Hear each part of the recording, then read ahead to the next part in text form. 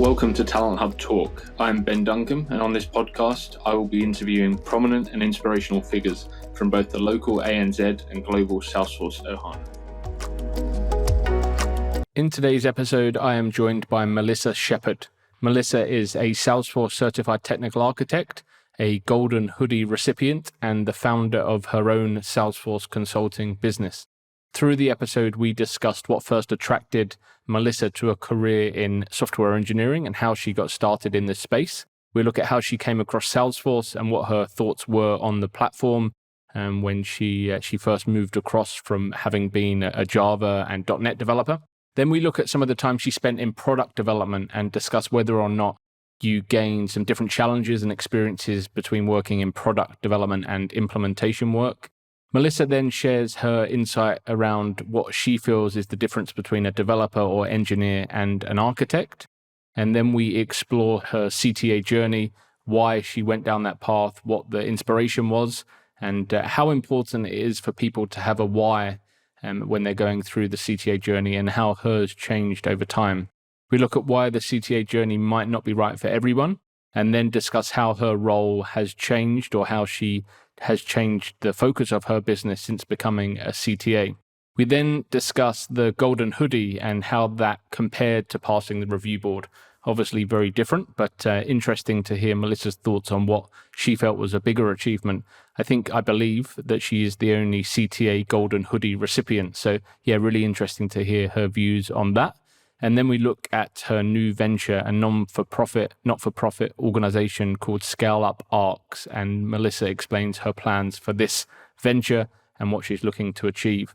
So yeah, really, really interesting to hear Melissa's views. She's been in the ecosystem for a long time and has seen a lot along the way. So great to hear her thoughts on the different things she's achieved and the different roles she's played over the years. I hope you enjoy the episode, and if you do, please do subscribe for future episodes that are coming through.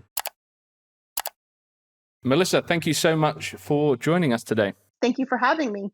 It's my pleasure. We've got a number of things to discuss. You've been in this ecosystem for a while now, so I'm really interested to hear about your journey. Let's look at your career before Salesforce first, and obviously I believe your career started as a developer, as a software engineer. Is that right? Yes, that's correct. So what was it that first interested you about being working with computers and working as a developer, I guess? Sure. So that's actually what I went to school for. So growing up, I was always good at math, and I did play on computers a bit. And when I went to college, I really didn't know what I wanted to do. When I sat with my advisor, she's like, well, what are you good at? And I said, math. And I was told that I should go to college for math. But I didn't want to be a teacher. So the school I went to actually was a teaching school, and it was a big school for people teaching math. But I didn't want to do that. So she thought, well, maybe computer science would be a better choice for you. So I said, okay, that sounds good. And I entered the computer science program. I did do math as well in parallel. So I did a dual track. And I was one of two females in my computer science department, and it was very small. It was late 90s. And that's how I ended up in computers. So I just followed the natural progression of graduating and then getting a job in computers. And at first I was doing web app development. So I was developing an online auction. And then I went to Java development, and I was doing that for a while. And then I ended up getting into .NET development. Nice. So when you did start studying and I guess learning to be a computer scientist, a software engineer, what did you take kind of naturally to it? Did you pick it up quickly, and was it something you instantly enjoyed? You know, it's funny. I remember at the beginning, I wasn't really quite sure exactly what was going on because we were doing all this command lines and DOS stuff. And I was just like, we were telnetting around the internet, and I just didn't really know what I was doing. I was like, what is this? What am I even doing? Writing C, I didn't really get it because I was just so used to computer programs as being these nice, fancy things that run on your computer. And here I was doing all this command line stuff, black and white. So it wasn't until I got into like Visual Basic and stuff like that where I actually started to get it. Like, oh, okay, this is how we create the programs that run on the computer. It's just different language, different programming stack. But yeah, it took a little bit to kind of get into it. But once I did, I really did take to it pretty quickly. And then you said you started with Java, then went into .NET. Like how, I spend most of my time talking to Salesforce professionals. So in terms of like going between different programming languages, is that relatively easy at that kind of early stage of your career? Yeah, I think it is. I think once you learn one language, it's easy to pick up another. And I know a whole bunch of others like VB, .NET, like I mentioned, VB, C++, C Sharp, a whole bunch of them. So I just learned a lot of the different languages as a developer, and it was easy to pick them all up. And I did a lot of JavaScript as well. Okay. So then when you found Salesforce or Salesforce found you, either way, what were your first thoughts? And I guess how did you come across Salesforce? But coming from that software engineering background where you're building everything to then moving into the Salesforce world, was it something you instantly enjoyed, or did you kind of, because some people have this opinion that Salesforce back then especially probably wasn't software engineering because the platform was built for you. Right. It wasn't whatsoever. So I'll explain that. It's actually very interesting. So I was hired into a very small IT department for a startup company. And I was hired because of my .NET skills. And they had an ERP system that was written in .NET, and they needed to customize it. They also need to build out customer and partner portals in .NET. And so I was hired on to work on that stuff. And while I was doing that, I was also given Salesforce. So my boss said, here, Salesforce, sit with the customers, which were the different business people within the company, figure out what they need and customize it. And I was just going in, I was just dragging stuff around, and I was like, this is pretty cool. And then I was over here trying to customize the .NET ERP, and it was a pain. And it was just like so kludgy, and it was not easy to get customizations done. And here I am in Salesforce just dragging stuff around, and I would have stuff done pretty quickly. And I liked the fact that I could just get stuff done quick and deliver it to the users, because I saw that there was more value for them delivering them the customizations really fast as opposed to the .NET customizations, which would take forever. So also I wrote integration middleware to integrate the systems as well, and to integrate the customer and partner portals with Salesforce. So I was also introduced to integration architecture and kind of like the more enterprise architecture in that job as well. And this was back in 2006. This was early in the Salesforce days. And yeah, it was much different. There was no force.com platform back then. There was S controls, I believe. Yeah. That's it. That's all we had. And I don't even think we had sandboxes when I first started with it. We had to send everything to production. So as you can imagine, it was a little scary doing these integrations between ERP and Salesforce in a production environment. Yeah, for sure. So, and I always like to ask this question when people have been in the ecosystem so early. Did you see a career in Salesforce at that point? No, I didn't actually. I really liked it a lot. I liked it better than, like I said, I liked it better than doing the .NET stuff, because I just saw the value and I was able to help people quicker, and I liked that. But I also liked the fact that I was supporting more of the business as opposed to writing software, which is it's a whole different type of development. And so I really liked working with the users and figuring out problems and helping them solve issues. So I decided to try to stick with it, and I ended up going to another company that was they built integration middleware, and I got to work on the middleware doing the software development, but I also got to work on the Salesforce adapter, and then I ended up transitioning to working with our clients. So it was more customer facing. So it was kind of cool. I got to work on their integrations and kind of be more of a consultant. Sorry, even then, I still didn't see a career in it. There weren't a lot of companies using it back then, but I still tried to stick with it. Because that was what, so that you're probably 6 or 7 years into the Salesforce journey at that point. Not necessarily yourself, but the platform as a whole. Like the Salesforce CRM was probably about 6 years old at that point. It wasn't widely adopted still. Like I would look for Salesforce work, and it would be, there wouldn't be much out there, but I was able to find stuff here and there. And it was really around, I would say 2010, 2011, that I just really started seeing it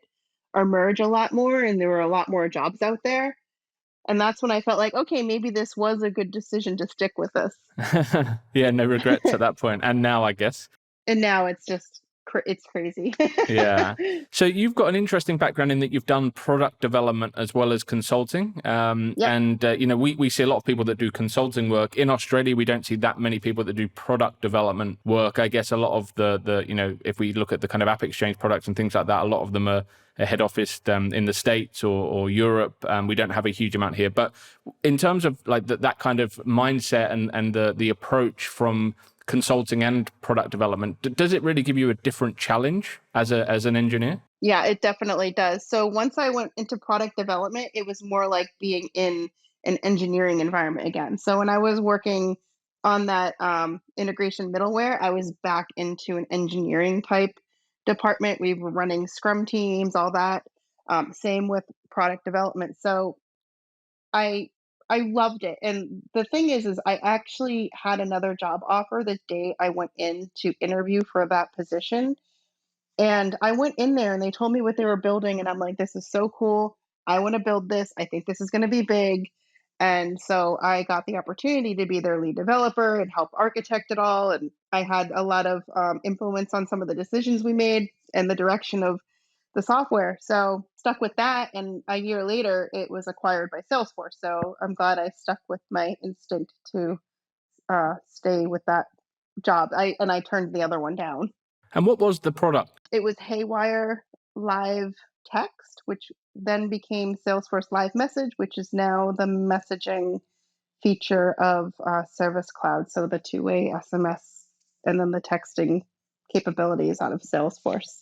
So that must be pretty cool. Like even now, to think that you were involved and heavily involved in building that product, and it's still in use today. Obviously, there will have been iterations and so what, but yeah, that must be pretty. Like if you're on a project and that's a feature of the project you're delivering, it must be pretty cool. Yeah, it definitely is, and I'm the person that understands how it should be used and what it's used for, and how to set it up and how it should work. But it's also come a long way since then. So there's a lot more features and bells and whistles as well. So. And you mentioned you were involved in the architecture and the development. So that leads me nicely into my next question, because a lot of people that do development think they do architecture because they design parts of a solution. But what in your view is the difference between a developer or an engineer and an architect in the Salesforce ecosystem? So I feel like the architect has more of the vision of where something should be going. So I always say instead of just seeing 2 steps ahead, they see 10 steps ahead. So there were recommendations I was making, such as let's create a texting API that can be used anywhere within Salesforce. That was an idea I put out there instead of just having it tightly coupled to this two-way texting capability. Things like that, having a little bit more vision as opposed to actually just solving a problem. So I think like the developer, the engineer, they're solving the problem at hand, whereas the architect is more of the visionary. And I see those two being combined a lot, where they think the architect is the person doing these solutions, coming up with these solutions like an Apex or whatever, as opposed to being the visionary and seeing where something should be going, like creating a roadmap. I would say, like thinking the architect is trying to design a roadmap, knows all the risks, takes into consideration a lot of other factors when creating this roadmap. And you have been operating as an architect, obviously, for a number of years now, and obviously a lot of that period, a lot of that time has been very tightly aligned to the Salesforce ecosystem. So, at what point did the CTA become something that was on your kind of radar, and when did you decide to go down that route and really kind of knuckle down and approach that that journey? So I was aware of it probably around 2012, 13, 14.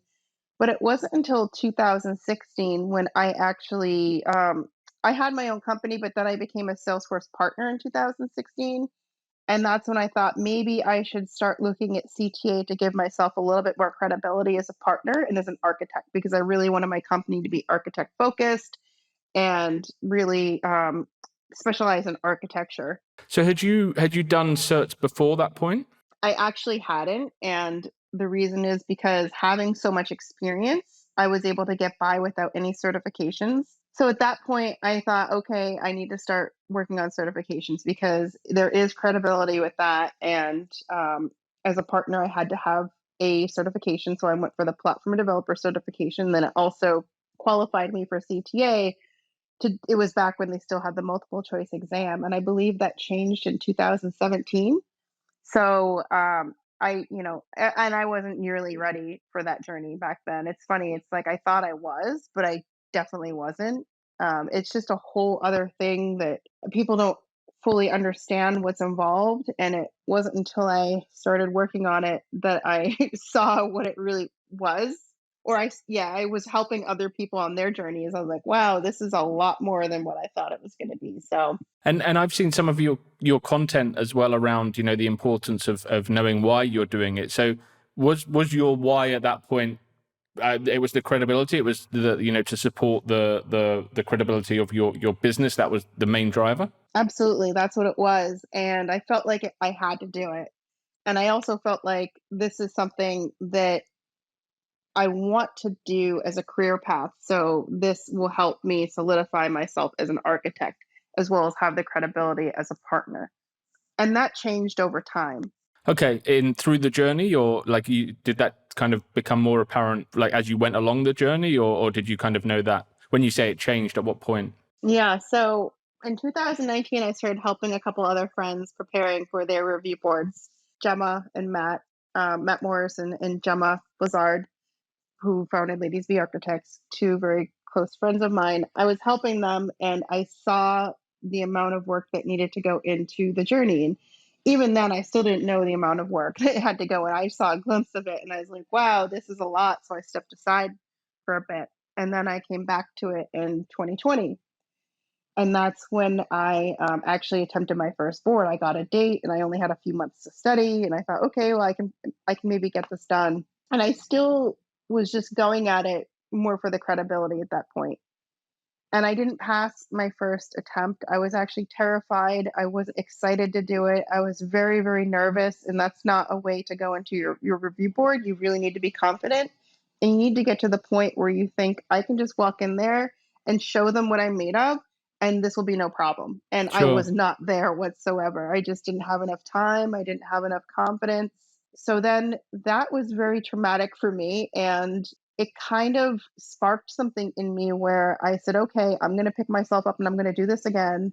And I'm going to find people to do it with me, because I knew that I needed a study group at that point. I didn't have one. I needed it. I need to work with community.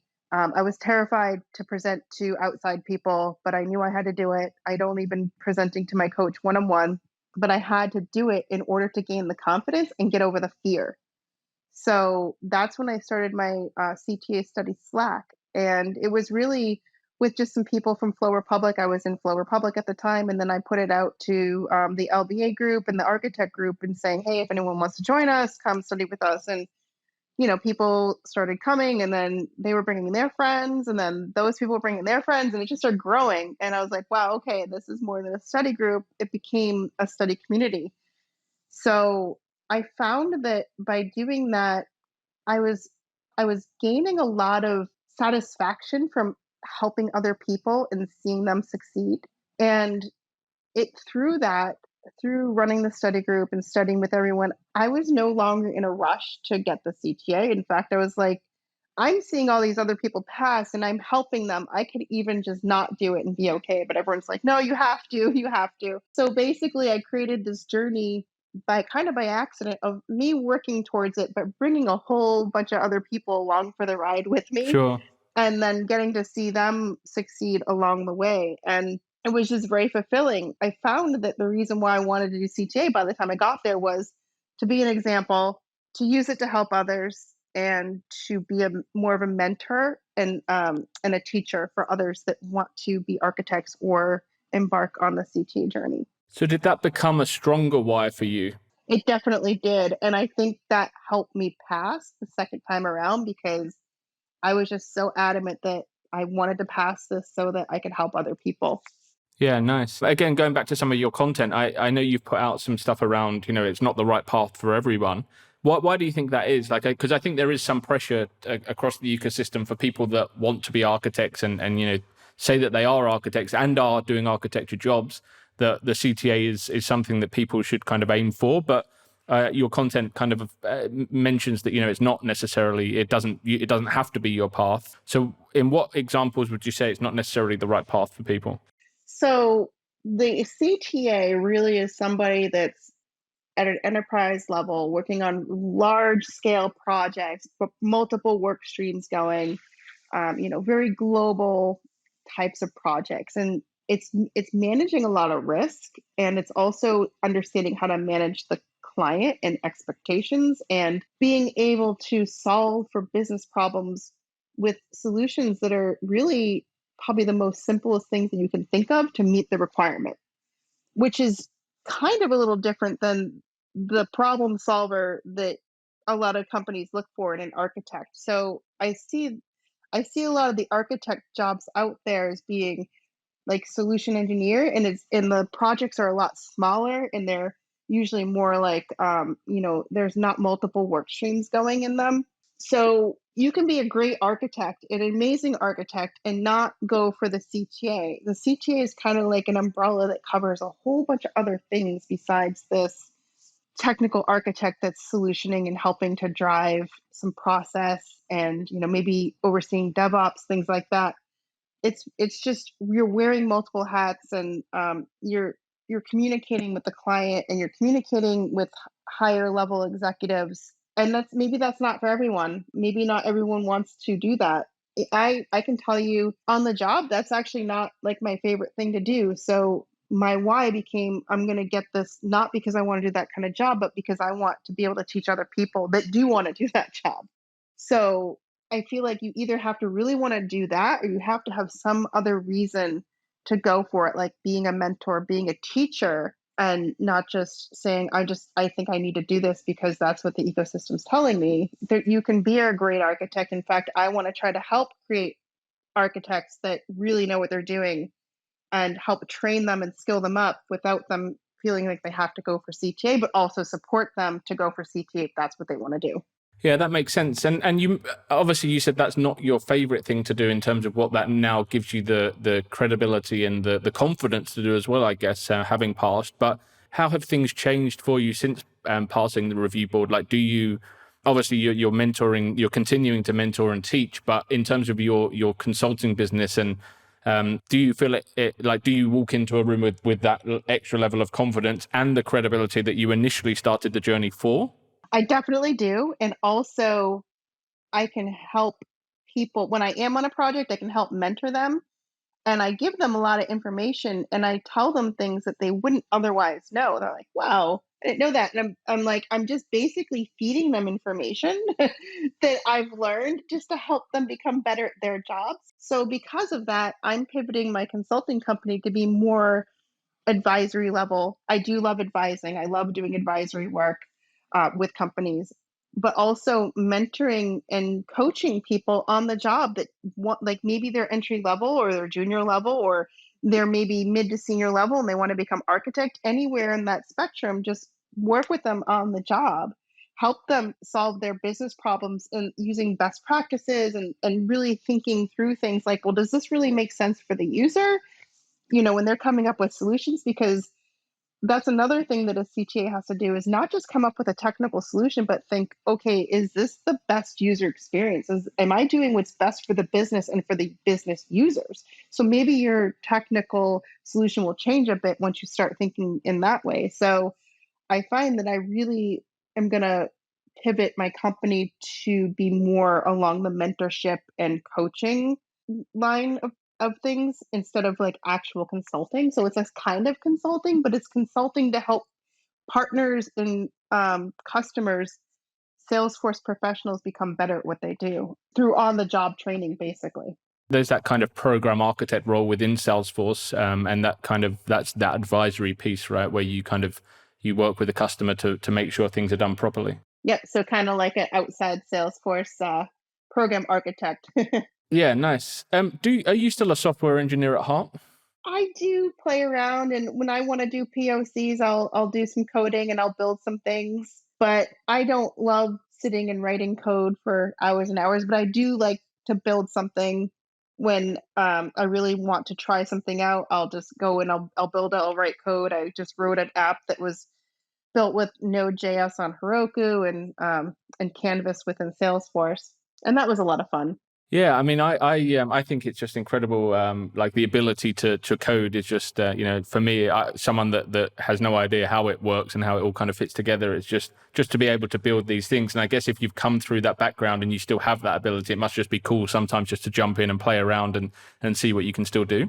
Yep, absolutely. And even if you don't have that background, I think the declarative stuff is just as important. So, I've learned a lot about flow and some of the other platform features from some of my admin friends, things that I would never have known, and things that are just so cool. So I see a lot out there in the Twitter space, the developer versus admin, and it's all just going to go together. It's all equally important. Yeah, for sure. And you mentioned previously you had you knew other programming languages like JavaScript as an example. So like when what kind of impact do you think that made on the ecosystem when Salesforce kind of stripped back Aura and brought in web components? Like what impact will that have on bringing other software engineers into the ecosystem? I think that definitely created a lower barrier to entry for a lot of other web developers to get into the Salesforce ecosystem. So back before, when it was mostly just Apex and then Aura came, it was like if you had Java skills, it was really easy to learn Salesforce. Well, now it's like if you have web development skills, it's really easy to learn Salesforce. So I think it's Yeah. great, and it opens up the ecosystem to a lot more people. Definitely, definitely. And I have to apologize to any previous guests if I've got this wrong, but I'm 99% sure you're the only CTA that we've had on the podcast that also received the Golden Hoodie.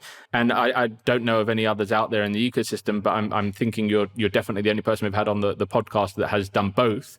So how did they compare? Like, because one is obviously like personal achievement in terms of, you know your stuff, you've got this amazing level of knowledge across the ecosystem. And then the second one is the value you provide to others. So would you say one was a bigger achievement than the other? I really don't. I mean, this so because they kind of went together. Um, It's funny. I think I am the only Golden Hoodie CTA now. I don't know of any others. I could be wrong, but I don't know of any others. But yeah, so the Golden Hoodie was just really unexpected. And here, I was just building this community and I was just trying to study for CTA, and then really just found that I loved helping others. And then just, I was allowing anyone really to join the group. I wasn't being selective and saying, well, only you can join, or, I was just kind of letting anyone that wanted to get involved join. And so I was really being inclusive. And that was really what I was going for, is inclusivity. And it really kind of opened my eyes to the fact that we need to make the whole architect path inclusive. And I don't see that completely happening yet. And I want to try to make a difference there. So that was really the beginning of me trying to bring more inclusivity into the architect path. And that's what I see the Golden Hoodie is representing, was the platform of inclusivity for anyone that wants to study for this, to study for it. The CTA was just a lot of studying and hard work.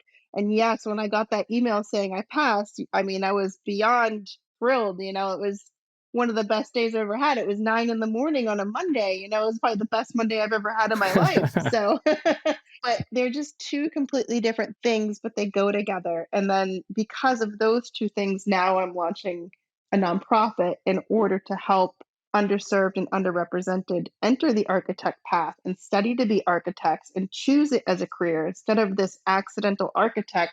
They can choose to be an architect, study and prepare. And then if they choose to do the CTA, then they can go on to study with me to prepare for that as well. So that's ScaleUp Archs, which was going to be my next question. Like, what's the kind of long-term vision for that initiative? Long-term vision is get a lot more architects out there in the ecosystem, and hopefully a lot more CTAs, especially from groups that maybe don't have the right access or the right, I would say, support. Sure. Maybe giving an avenue of support for people that just otherwise wouldn't have it and wouldn't think that they could actually go to be an architect, because I don't really see much out there right now as far as training for architects. Salesforce has some great classes, but we need more. Sure. So if anyone is interested in that, is that like a local group or is that on a global scale? This will be global. Yep. Okay, and where's the best place for people to find information or connect with you to ask any questions, whether that's your journey or specifically around ScaleUp Arcs? So they could message me on LinkedIn or Twitter. The website is in development right now. I have somebody working on it. So that will be launched hopefully by the end of April.